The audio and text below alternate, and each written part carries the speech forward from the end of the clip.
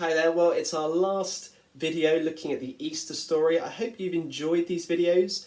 I hope you found something that has intrigued you, that has perhaps encouraged you to keep looking at the claims of Jesus for yourself. At the very least, I hope you found them interesting. If you want to carry on looking more at Jesus and his claims, can I suggest you check out the Grace Church website, which should be in the description below. You can message one of us at the church if you'd like to talk more personally. Check out one of the books that I mentioned yesterday. Carry on looking at Jesus. Well, the last character we're going to look at in the Easter story today is Peter. And Peter is the great redemption story of Easter. See, Peter is kind of like the total failure of the story. We saw how all the disciples abandoned Jesus. What we didn't talk about is that Peter stood up and said, I am going to follow Jesus to death. And yet when Jesus was arrested and put on trial, Peter was confronted by a little girl. And she said, aren't you a follower of Jesus? To which he denied Jesus and said, I never knew him. He did this to 3 different groups of people. If anyone should have been disowned, it was Peter. Peter was best friend turned coward. But at the end of Matthew's Gospel, let me read these words. Then the 11 disciples went to Galilee, to the mountain where Jesus had told them to go. Judas had died, so the 11 disciples who go to meet Jesus after he's risen from the dead, Peter is right there among them. He's there, he gathers with the others. I wonder how he was feeling.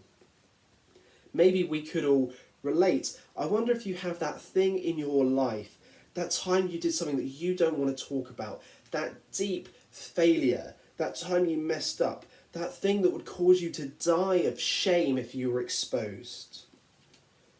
That thing you've done that makes you hate yourself, that makes you scared. I wonder if that's what Peter was feeling. How would Jesus respond to him when he denied that he even knew Jesus in his hour of need? Well, Jesus meets with his disciples. He doesn't rebuke them.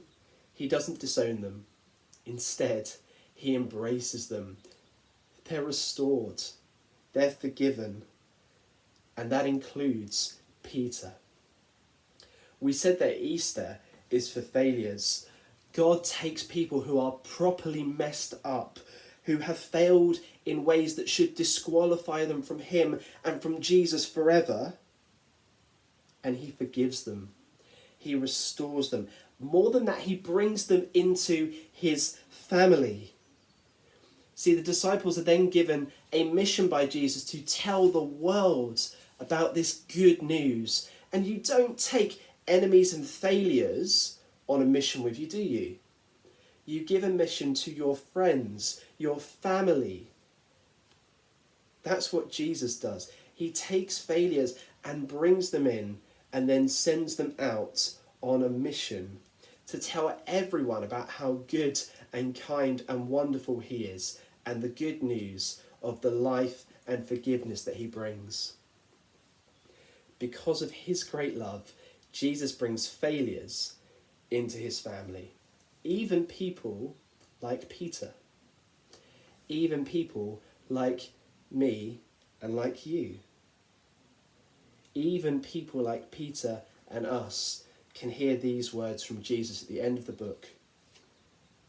Surely I am with you always to the very end of the age. Jesus doesn't abandon us or disown us. No, the God who made us will have us back forever. That's how Matthew's Gospel ends. Jesus went to the cross. He rose from the dead. He lives forever now. He accepts failures like the disciples. He restores people like Peter into his family. He tells us to follow him. He is with us forever, and we will be with him forever. Peter's journey shows us that Easter is a story for all of us. It's not outdated, outmoded, or irrelevant. in a story where our failures are on display more than ever, it's the story of redemption that we all need. Redemption before the God who made us. That's it. That's Easter week. As I said at the beginning, if anything's encouraged you or intrigued you, please do get in touch. Please keep looking and exploring the person, claims and story of Jesus. Happy Easter.